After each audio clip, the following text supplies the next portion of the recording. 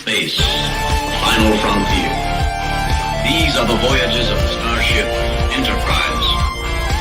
Its 5-year mission, to explore strange new worlds, to seek out new life and new civilization, to boldly go where no man has gone before.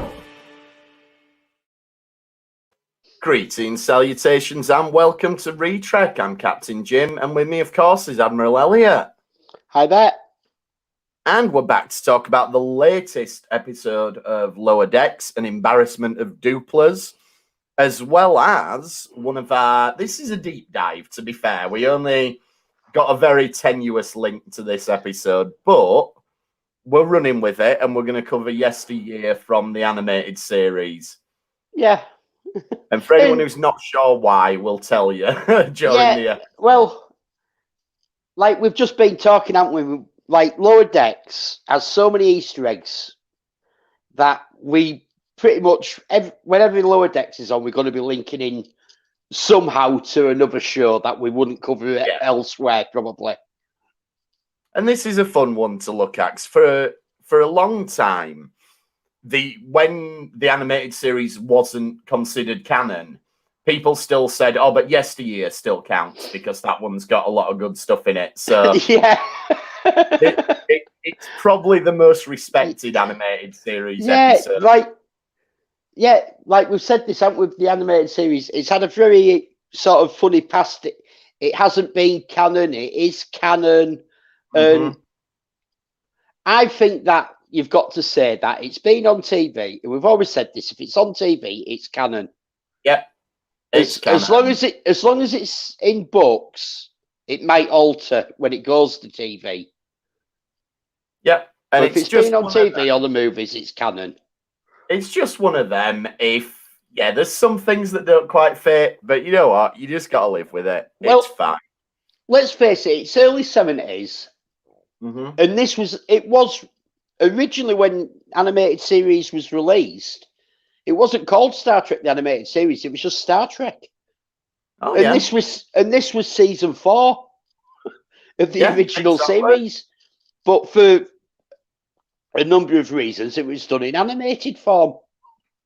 Yeah, and you know what? It could have been a lot crazier. Like, the 70s were when, if you look at your Batman comics, that were when he was going to space and he had Batmite and he had all that. So you know what? This is pretty tame compared to what were going on in the 70s. So yeah, anyhow. And like, everyone's going to hate this because they all refer to how you should all follow the original series. The original series broke its own canon almost every other episode. Oh, yeah, exactly. Well, they were making it up as they went along, which is great. But yeah, I'm sure people didn't worry as much as they do about it nowadays. No, and I'm sure there's books that have tried to explain why it's called the United Earth Star Command one week and then it's called the United Earth Federation the next. But anyway, we're not going to worry about it. So anyway, Lower Decks first then. So, An Embarrassment of Dooplers. What I really like about the title, first of all, it fits because it's embarrassment that causes them to duplicate. But I like the implication that it's like the collective noun for Dooplers is an embarrassment, like you get a murder, things like that. So I think that's a nice little, almost an in-joke. But no pre-credits sequence this week. Straight into the credits. Straight. Well, there was one episode, wasn't there, in season 1 the same? There was, yeah, now that you mention it. So it was really weird. I thought that maybe my Amazon wasn't working properly and it skipped the credits for me. So I rewound. And well, like, I really like this episode. And I think this is one of my favourite episodes for a few reasons that we'll get into, but like, this definitely has an A, B, and C story. Yeah, and there's a lot happening in all 3 stories. Yeah, and it's probably like it's a 25-minute show, and there's probably times that they have to go, we can't waste that minute on something different for the pre-credit scene, and they just have to go, right, there's no pre-credit scene this week. Yeah, we need to fit it in this. Yeah, Yeah, that's a very, very good point, because usually the pre-credits scene, it might play into the longer episode, but it is just like a joke, basically. It's like, let's get in, you got 30 seconds to tell a gag. Yeah. And then I think you probably bang on there. Yeah, and like when you're looking at like I think it's about 24 and a half minutes, 25 minutes. So if you're doing 30 seconds to a minute at the beginning, that's actually a large percentage of your overall time. Especially when you take into account in that 25 minutes, you've got the title sequence as well as end credits. Yeah. No, it's very impressive. And I'm always impressed with sitcom writers in general, how they do manage to squeeze so much into it. Like, if you look at things like Friends, I think I've said this before, but like they'd often have 3 different storylines going on, and every storyline's got to have a beginning, middle, and end. And you've got to have jokes in it. You know, it's not like you can just tell your story. You've got to have a joke every couple of seconds. And, you know, something like Big Bang Theory, they had even less time than Friends. They're about, when you watch them on Netflix, they're about 18, 19 minutes long. Yeah. And you can't believe they get a full story told within that. Although, how often do we watch an episode of, let's say like with TNG, and we go, that was just too long. You could have lost 10 minutes from it. Yeah, there's definitely something to be said for it, for shorter episodes, but it does show how well put together they are, that they get all of the ideas thrown in, and like just the idea of the Doopler itself, they establish it so quickly, what it is, what the rules are, how it works, and then that's you set up for the various problems that we get in the rest of the episode. Yeah, but like the Doopler is obviously like, it's pretty much Tribbles, aren't they? It's doing their version of Tribbles, but like we've had Tribble episodes now, and we had a short Trek Tribble episode that was very funny. So you can see why they've maybe thought, oh well, we won't do that lower decks Tribbles, but we want to do something similar. Yeah, and what I like about this is that it does put that added spin on it, that it's not just that they multiply naturally, it's that there is a cause to it. And the idea that it's embarrassment is just genius, because it's like, well, if one of them gets embarrassed, then the next one's going to be embarrassed because of what's just happened, and so on and so on. And it just reaches critical mass very, very quickly. So I think that's really, really clever how they come up with that. One of the plots, then, we've got Mariner and Boimler.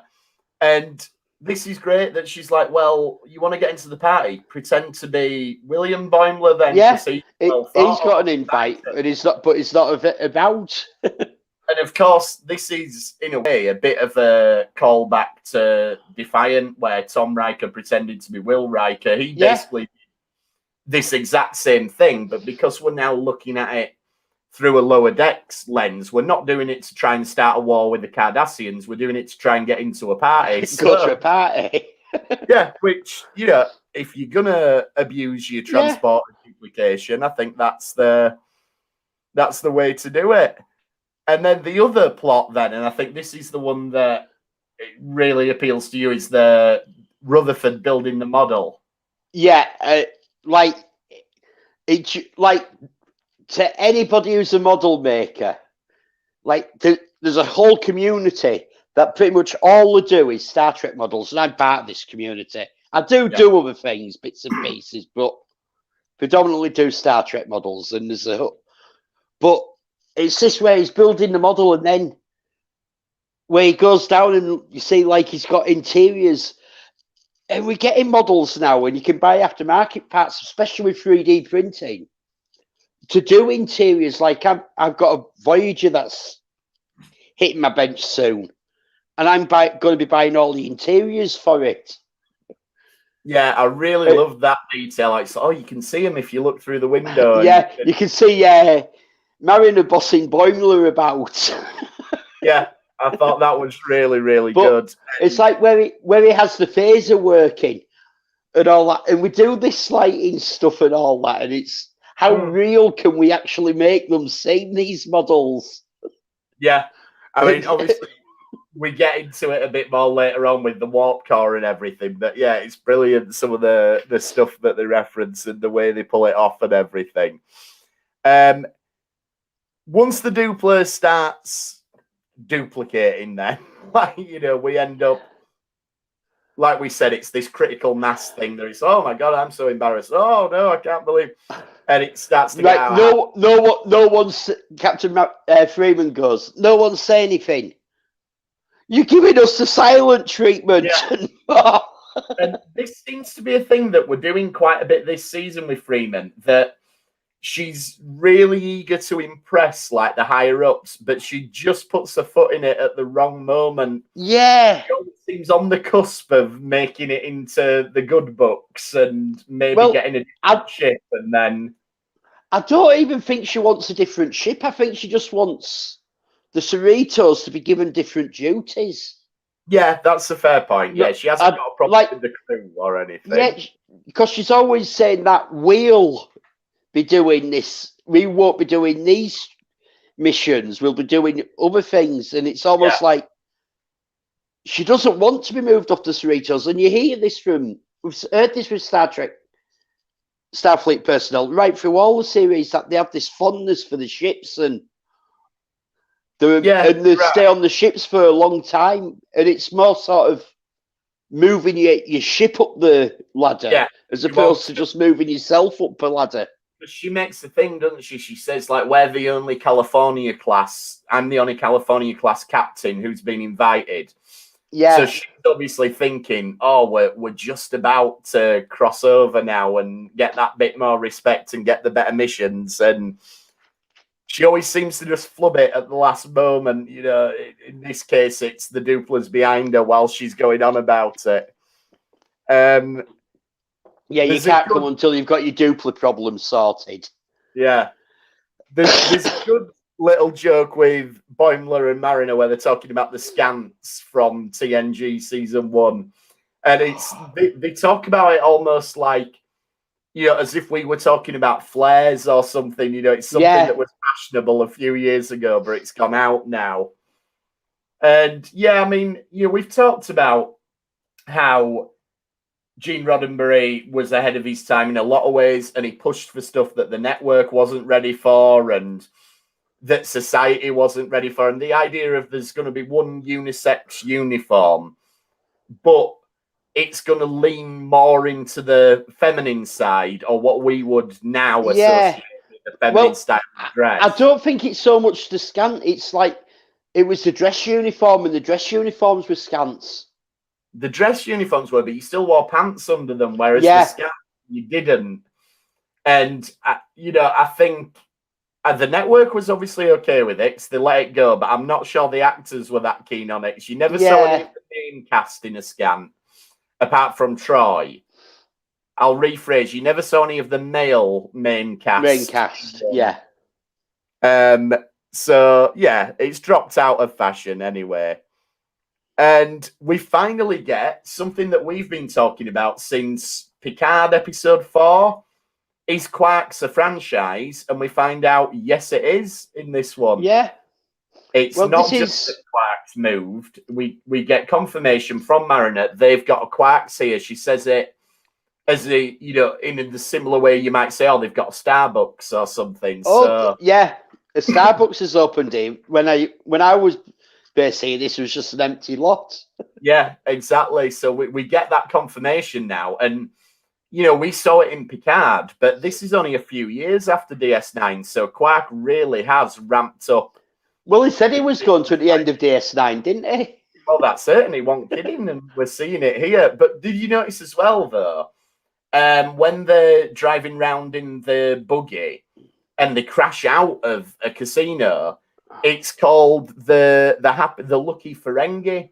So I'm wondering, is that a rival organisation? Oh, possibly. Because it doesn't say Quarks as they're coming out, and I'm thinking maybe there's. I don't know if you noticed, but like that entire chase in the buggy is just a homage to the Blues Brothers. when they're driving through the mall, because Boimler keeps going, "Oh, hairdressers, oh." Yeah. Which is a brilliant scene in the Blues Brothers. Yeah. But yeah. That might be my evening's viewing tonight. I might watch that again. Can't go wrong with Blues Brothers. But yeah, I think you're right. I'd not put two and two together, but yeah, you're absolutely right. Oh, without a doubt, it's. And one thing I wanted to pull out here, and you do notice it in the scene with the buggies, and I noticed it in the first shot of the ship. The animation looks to have stepped up a gear. I don't know whether it's just the way it's all framed in this episode, but particularly the 3D elements look brilliant. We said it from the first episode, didn't we, with the titles, and they've just improved the animation. Yeah. I wonder if, we had lockdown, the first season came out during lockdown. And they went on, and I wonder if they've had time to talk to each other more. Maybe so. I mean, and actually get people into a studio together, as opposed to everyone working remotely and being able to just tweak little bits. But the animation has improved between the two seasons. Yeah, it just really jumped out at me this episode. Just that first shot of the ship, I was like, wow, that just looks different to how we've seen it before. And it might just be the choice of the angle and everything, but I really loved it. So on to this chase then, and this is where we get our link to our second episode, because we see the avians and they're featured in Yesteryear. So that's how we're justifying it. There's also a guy who I think is meant to be pretty much like Boothby. Like, you've got the gardener guy who's quite old, but he's got this really bizarre thing where he wants to die. Like, he's like, survive.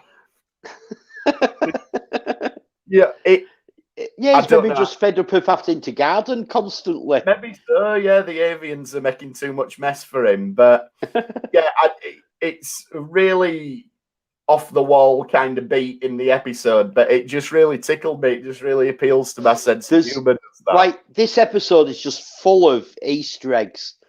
Last week during Star Trek Day, when Mike McMahon said there's at least 100 Star Treks to come in the last so many episodes, he wasn't joking. We're just crammed. We've got a lot in this episode. One of them then is where, and I'm in two minds on this, because Boimler sees Captain Shelby, who obviously is the Shelby that we knew from Best of Both Worlds, which I'm really happy to see her.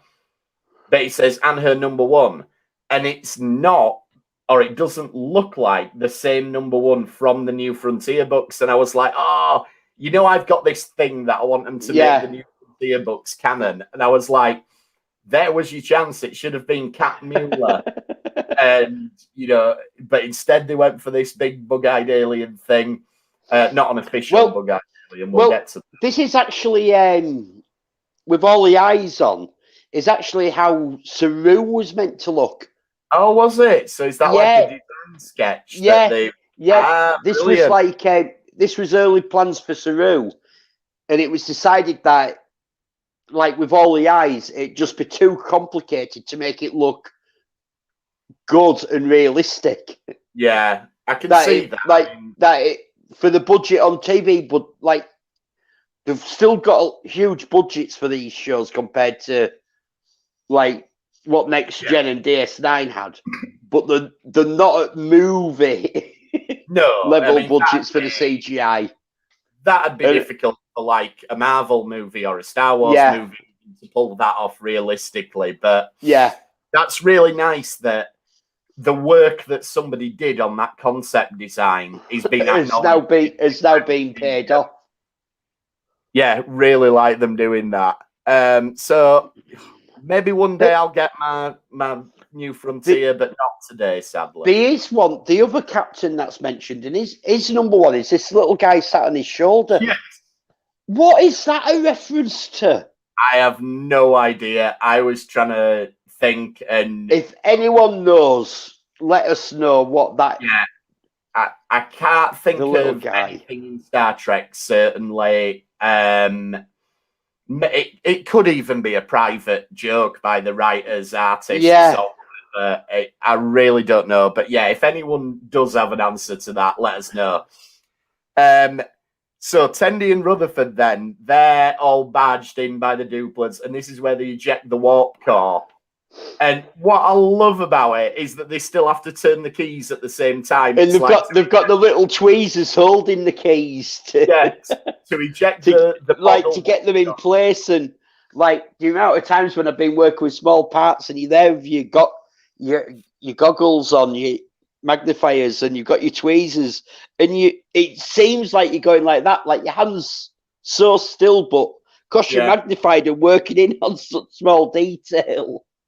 And it's the fact that it's that accurate a model that, because in the real world you have to have 2 authorizations to eject a warp core, it's like that's even built into the model that you have to have the authorization to do it. Like, I just love it. It's a really good little detail. And then Mariner and Boimler then end up in this bar, and I love the fact that there's one of Morn's species, or maybe Morn himself, we don't know. And it's one of Morn's species. Well, this bar, like, it's really, when the camera pans round it, it's worth watching this in slow motion, because every one of them photos on the wall is from the original series.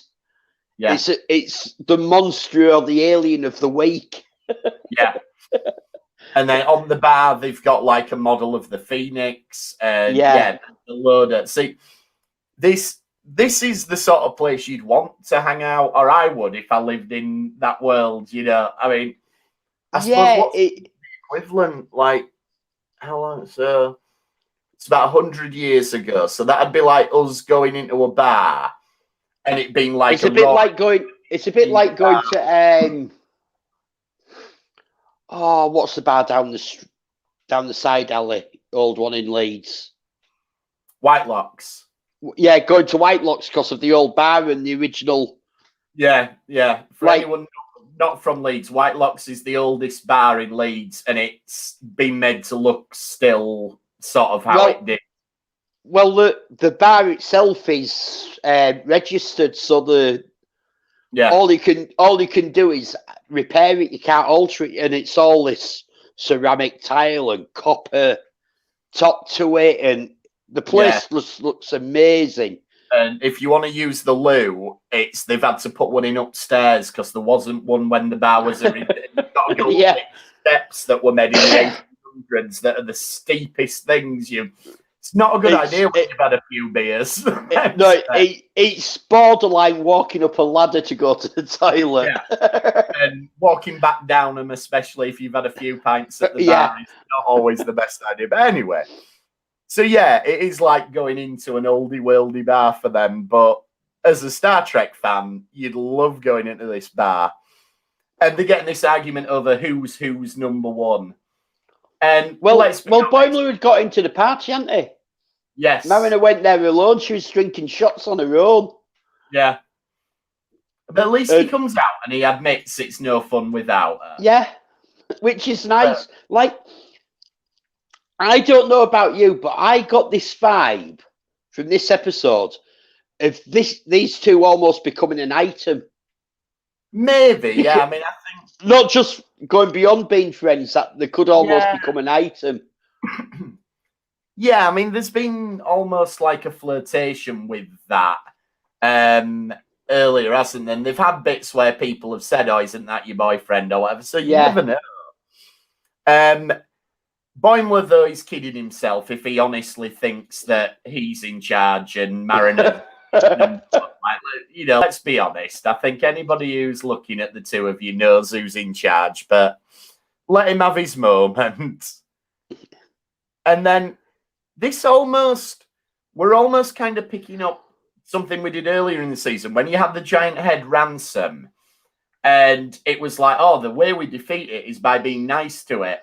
And it's kind of the opposite of that with the Dooplers. It's like, no, you've got to be aggressive to them. Yeah, Captain Freeman just has enough and shouts at them to Yeah. pull yourself together almost. Exactly. And it works. And they all combine back together again, which is great. And then when Freeman gets knocked back from the bar, this is a little bit evil, a revenge, really. I mean, it's funny. But like the poor Doopler's been, he's been so stressed out and embarrassed that he's just getting all this. Then they managed to sort him out, and then she's like, you know what? I've had enough of you, and I've had enough of the Admiral. Admiralty. So I'm going to use you to get revenge on them. It is almost a little bit spiteful, really, but I can. What got me here though, like. They know that the Dooplers duplicate if they get embarrassed. Yeah. Why isn't it in the diplomatic notes if you do have an embarrassment of Dooplers happen? Yeah. Get angry with them to reverse it. Maybe she's the first one that's worked it out, or maybe it just only works with this guy. It's not like though you'd expect it to be a species-wide thing, wouldn't you? Because if they have a physical response to the emotion of embarrassment, then you would assume that... And it's a defense mechanism. There has to be a way of reversing it. Yeah, you'd assume that the opposite reaction is true as well, yeah. Anyway, they all end up back at the bar then. And we find out Tendy's got Rutherford a new model, which is Deep Space Nine. And branding on it is Quarks. Well, I'd like before this, that Tandy point, like Rutherford's been really annoyed because obviously we know he got his cybernetics pulled out and he's lost memory sort of from the previous year. And he's been worried that old Rutherford was better than him because he could do the model. Yeah. And then Tandy goes, no, we never used to finish it. It was just, we used to just sit, it was so that we could sit together without being disturbed. It's the fun of doing it. It's not the actual. But like, I love that part as well because anyone who builds models has multiple models in various stages of completion, and like, I've got completed models around, but I have so many models that are in different stages towards being finished, and then like I've had to move around in my flat. And I've got to go back and repair my Kazon Raider because I've knocked one of the wings off, and some of the LEDs have stopped working. And I'm sort of, well, am I going to open it up and repair it all? Or no, so that's it. But that's now moved into that's gone from in the completed pile. That's now back in this is a model to be finished. Oh, that's it. Again. It's the gift that keeps on giving, isn't it? You never never fully finished with it all. And then, as I said, Quark's got his branding on the Deep Space Nine, so as well as having his own range of bars, he's selling merchandise. Well, I thought this jumped into your world here of Lego, because Rutherford looks at the box and he goes, oh, it's got an Ezri and a Jadzia minifigure.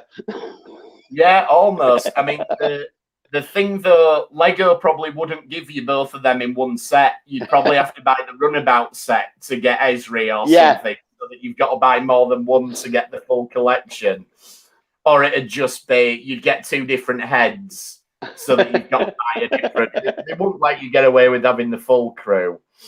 But if Lego are listening, you need to get the rights to Star Trek.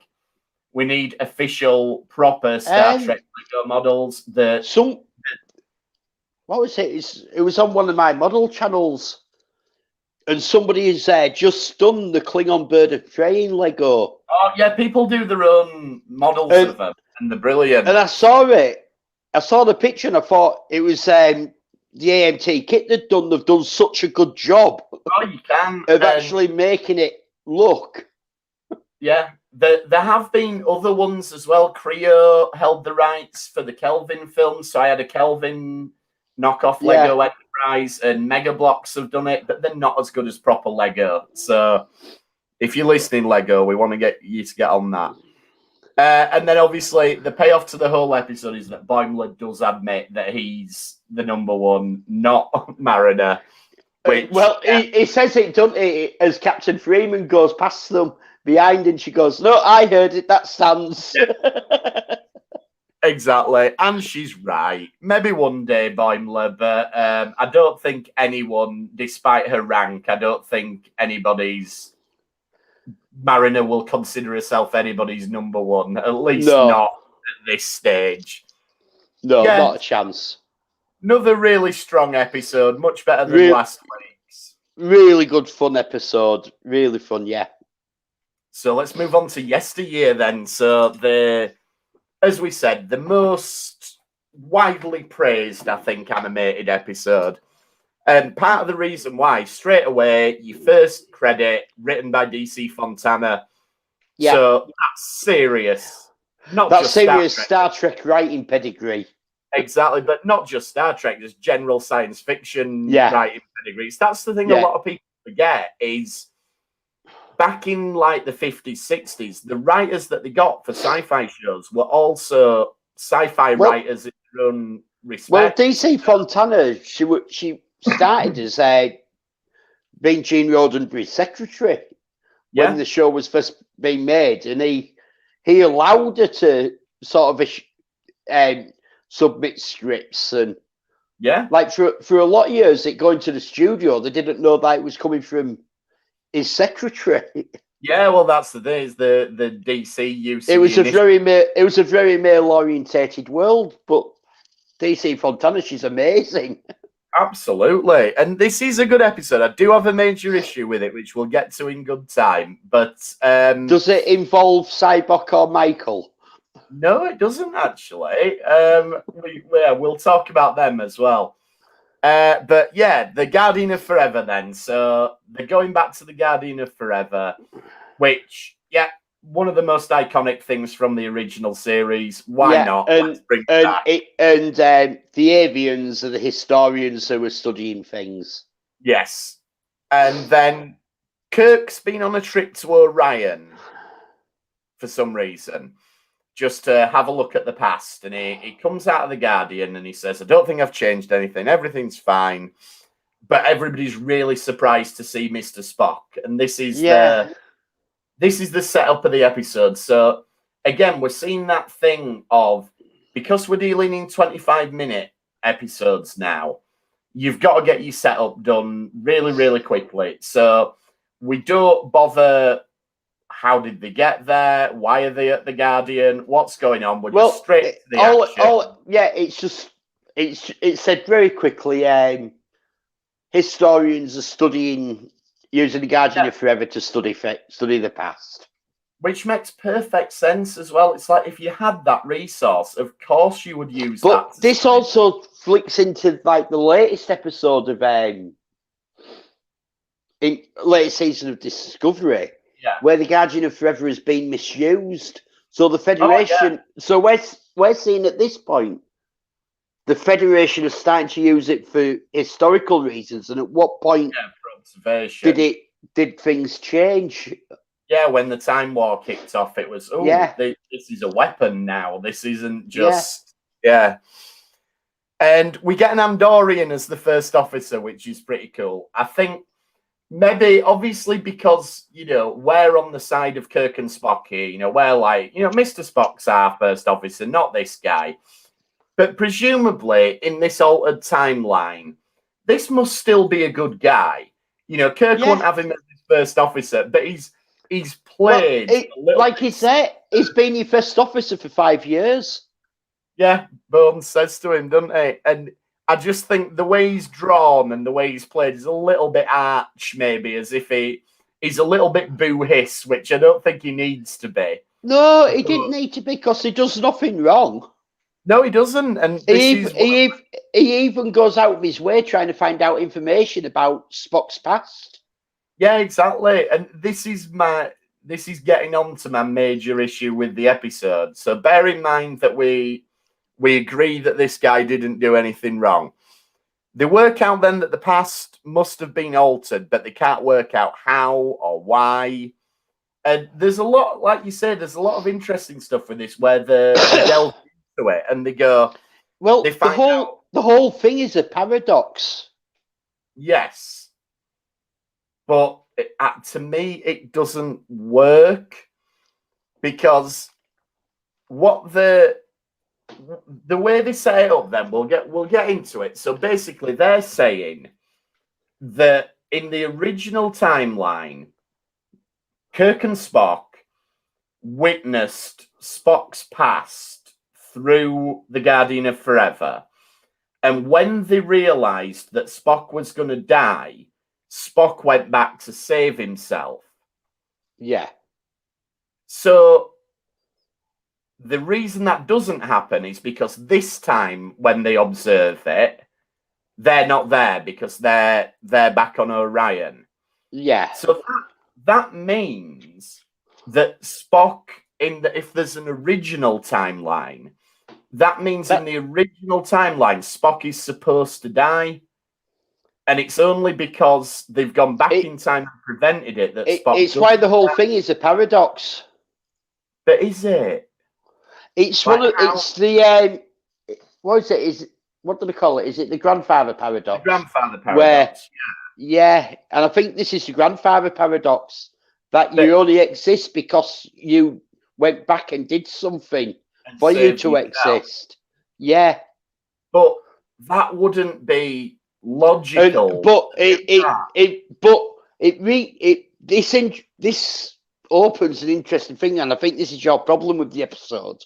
Is if Spock was meant to die just before his 7th birthday, yeah, and he only survived because Spock went back to save himself, yeah, then that's the false. Then at that point where Spock has gone back is where time is altered because Spock was meant to die. So the Orion is the one who should have existed. Yeah, the Andorian guy hasn't done anything wrong, and effectively by the end of this episode, they wipe him out of existence. Well, they wipe him out of being on the Enterprise because Spock's the first officer. Yeah, he'd still be there somewhere else, wouldn't he? But yeah, so they effectively change history because they prefer their version. Whereas usually when we do time travel stories like this in Star Trek, it's always somebody's done something wrong and changed the past and we're fixing it. And whereas this is the opposite of that. This is like you're meant to think that Spock is going back to put things right. Yeah, but to save himself. But he isn't. He's actually going back to alter the past. To have his. So Spock shouldn't exist. No, he shouldn't. That's it. It's crazy, this one. And it's just so the opposite of every other time travel story we do in Star Trek. In fact, there was... I wonder how we missed this one out from our time travel series. I don't know. We just didn't get around to it, did we? We should have done this when we did City on the Edge of Forever, really. Anyway, we're doing it now. Doesn't matter. Thank you for putting us onto this one. So, that's my issue with it, is that it's just... I wonder maybe if it's a combination of a couple of things. Is it, first of all, we've only got 25 minutes, so we've got to quickly explain things, and maybe if we've had a bit more time to spend looking at the ins and outs of it all, we might have got a bigger explanation. And also maybe as well, because it's kind of aimed at a children's audience, it's like we don't want to make it too complicated. Yeah. So children watching it would just go, oh, well, they fixed it, so we've got Mr. Spock back. It's interesting because, like, I know it's the animated series, but like I said earlier, it's season 4, but, like, original series was actually meant to be a children's series. Like, CBS put it out as, like, 10 o'clock on Friday nights and stuff, which was ludicrous time. And then they wondered why they didn't get massive ratings, but... Yeah, and it's got a little bit of, like, when we talked about the Infinite Vulcan, we talked a little bit about how quickly they arrive at conclusions, and we said we think this is because it's a smaller form, a shorter format.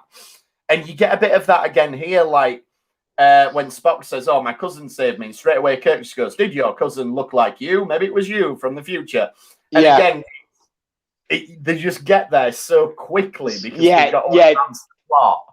Yeah, you can't have several options. You've got one option. Yeah, I mean, again, if you were doing this in a 45-minute episode, I could easily imagine it being something like Spock says, "I don't remember him that well," and then he either has to do a meditation and the memories come back, or he has a dream where he remembers it, or something like that. But yeah, you've got to do it a bit more expediently. A lot of what we get, though, and I think this is a lot of the reason why people were like, "No, we should count this as canon," is the stuff we see about the Vulcan maturity test and the Vulcan society and Spock being bullied as a kid. All of this is stuff that we've incorporated later on. And if you look at like the way they're dressed and things, it's not a million miles away from what we see in the flashbacks in Discovery or in the J.J. Abrams movies. So I really love how much of this episode has been used later. Like, we didn't see a lot of Vulcan itself in the original series. We got a mock time.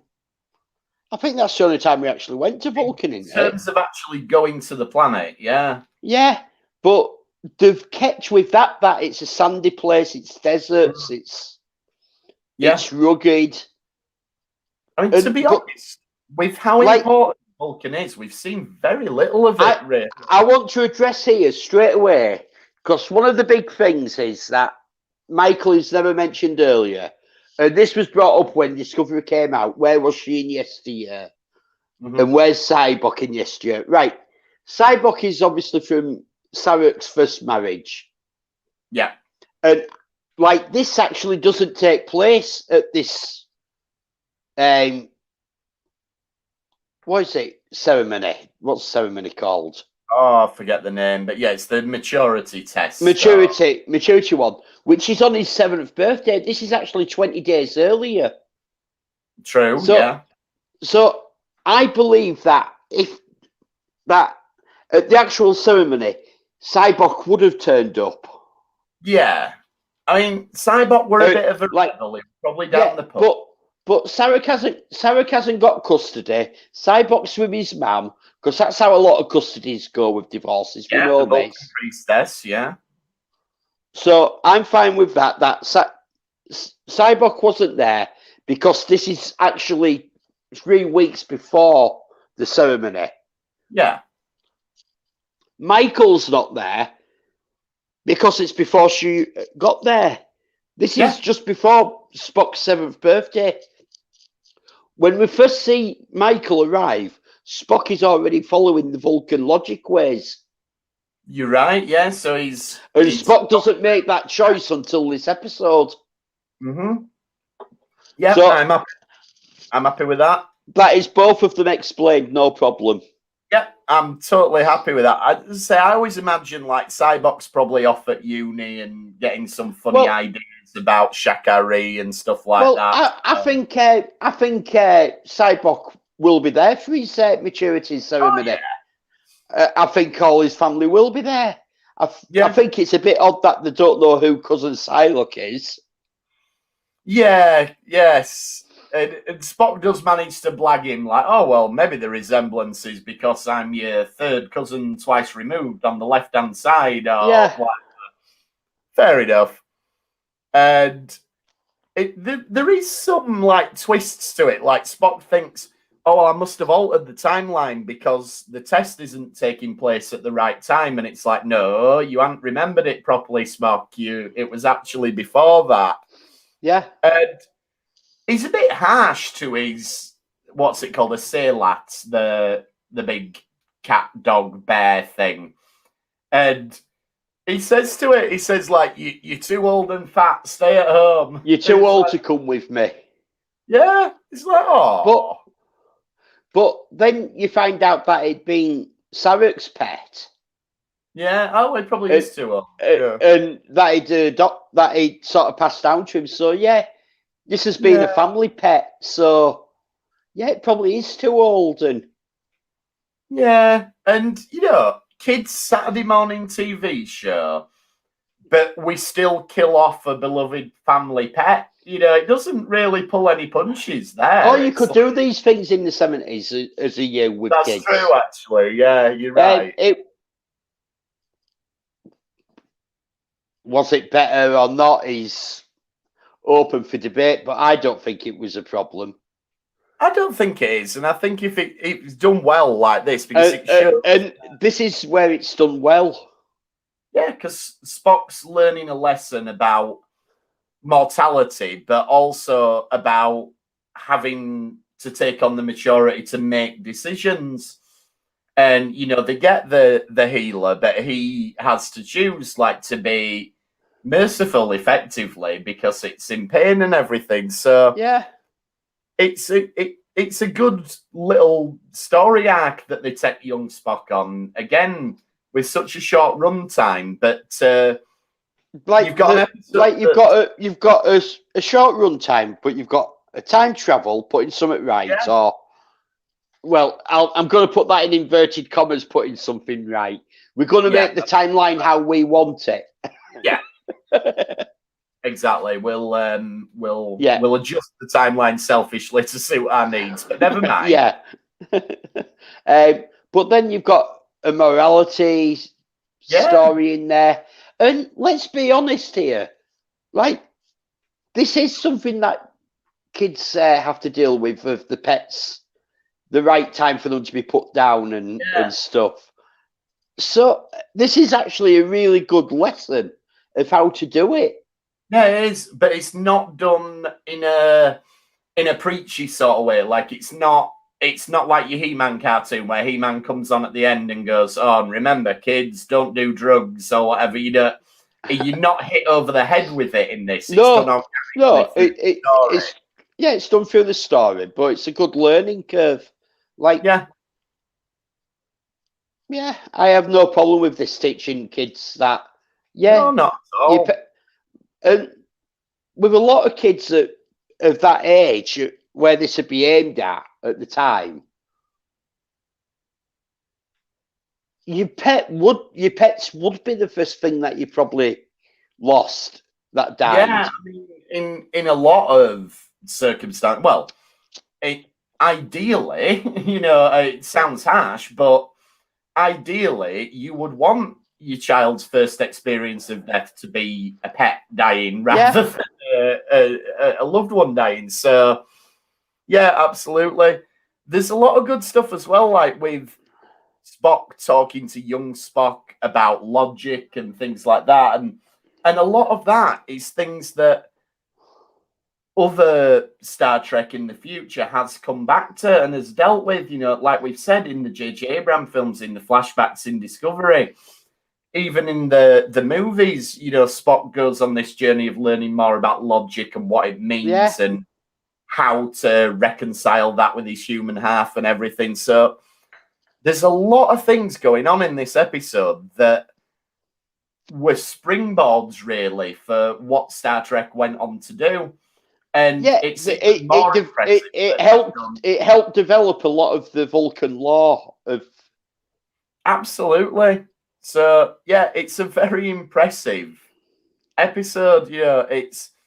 I think, apart from, as we've said, the problem at the heart of it is that I'm not quite sure the time travel thing works the way they wanted it to, or but the story itself and the heart of the story and the emotion of the story, all of that works. And it plays out. So I think it's one of them where you can forgive a lapse in storytelling logic as long as everything else is solid as it is. Let's be honest. How many time travel shows, episodes have huge holes in them? In the logic. Yeah, absolutely. But this is very much a grandfather paradox, I think they call it. And like you say, the justification could be like the guys when they're interviewing Cisco in the Trials and Tribulations. They could say this could be a predestination paradox. So Spock has to save himself. Yeah. And therefore they are doing the right thing because it was what had to happen. But I think if that was going to be the case, they probably needed to spend a little bit more time on it. But the format of it being a 25-minute cartoon, which is intended for a kid's audience as well, you just not really got time to do it. I can argue. You can argue as much as you want that it's made for adults because it's a season 4, but no, it was put out as a kid's cartoon.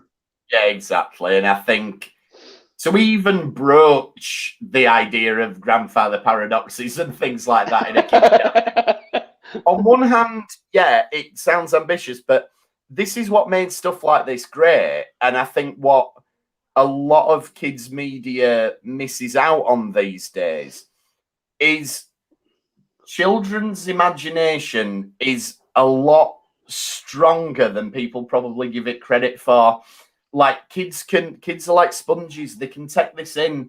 You're not gonna confuse them. A kid will be able to watch this and make sense of it. It's us as adults that probably struggle with this more. And we overanalyze it. Yeah, I'll guarantee you there won't have been an issue with this with the majority of the intended audience. None whatsoever from what I remember of watching it. No, exactly. So very impressive episode. Next time then, we're going to be covering the next Lower Decks, whatever that might be. We're still not seeing Ben yet. I've watched it already.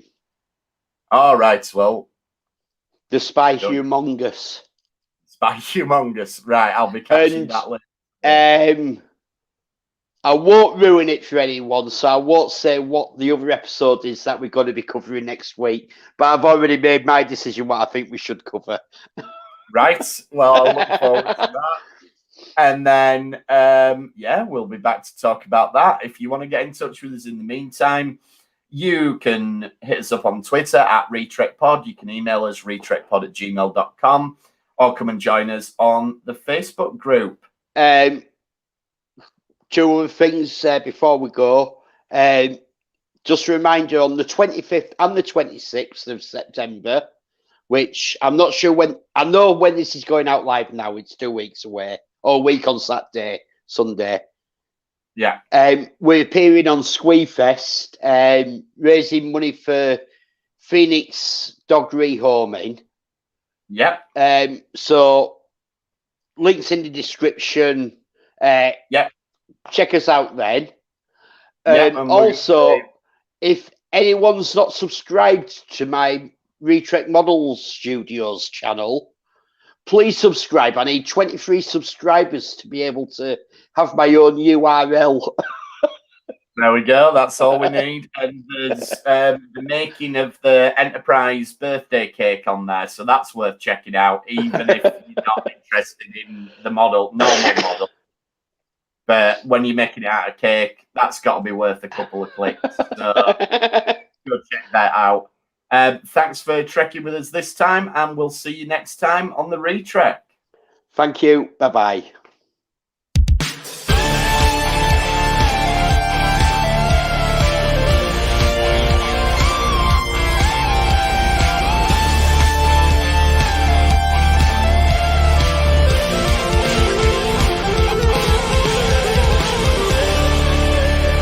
Fascinating. Oh, bonus content again.